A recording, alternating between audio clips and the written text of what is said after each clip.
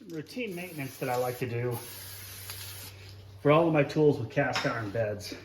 And I found that these little abrasive pads with the hook and loop that fit on your random orbital sander really keep the beds nice and clean and get rid of all the little imperfections. When I'm cutting a lot of green wood, I end up with a lot of little rust bits and stuff. Some of the wood's a lot more toxic or caustic. It's got tannins in it and stuff that ends up causing the cast iron to rust. So what I do is I spray a little WD-40, use these abrasive pads.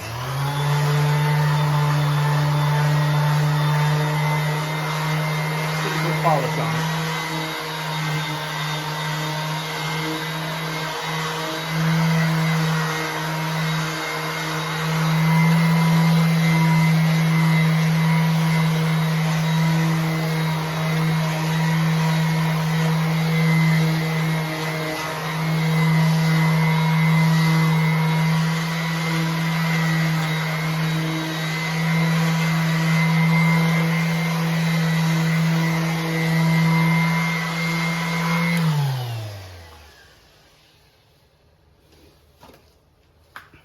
Wipe it down with a shop cloth and it'll be good as new.